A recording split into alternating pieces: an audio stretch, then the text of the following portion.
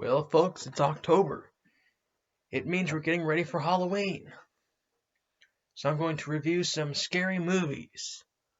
On the road to Halloween, we're going to start off with DC's Swamp Thing. Directed by the Scream director himself, Wes Craven. The movie came out in 1982.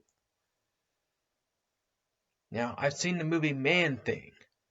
I've seen the HBO Max DC Universe Swamp Thing TV series, but I haven't seen the original TV series or the original Swamp Thing movies until today. We're going to review the first one. So you have Alec Holland, he's a scientist. You have a government CIA agent, Alice Cable. They're working on a serum. And the serum has combined DNA from plants and animals. And the serum enhances the characteristics of the subject it's tested on.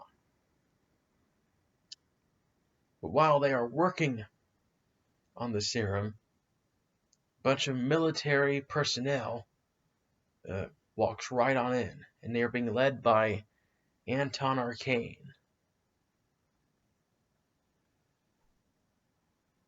And they seize control of the lab.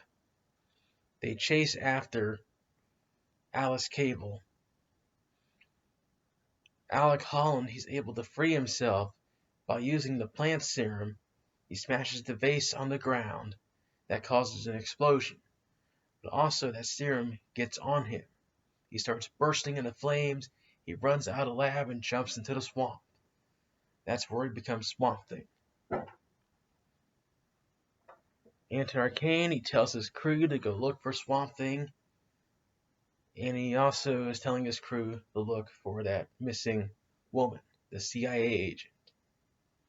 So they're battling a war on two fronts here. Alec Holland, he emerges from the swamp as Swamp Thing. And he is on the hunt. He's going after the military group and Arcane. And he's also going to try to save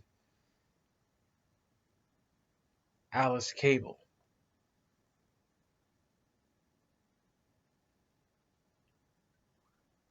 Now, my thoughts on the movie, for what it is, I think it's pretty good. I like the Swamp Thing, picking off the military people one by one. That was pretty cool. So there's some horror-themed elements that Wes Craven provides.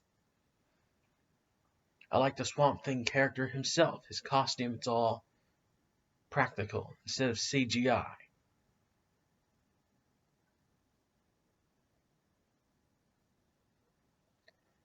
There's also emotional appeal for Swamp Thing. You feel for him.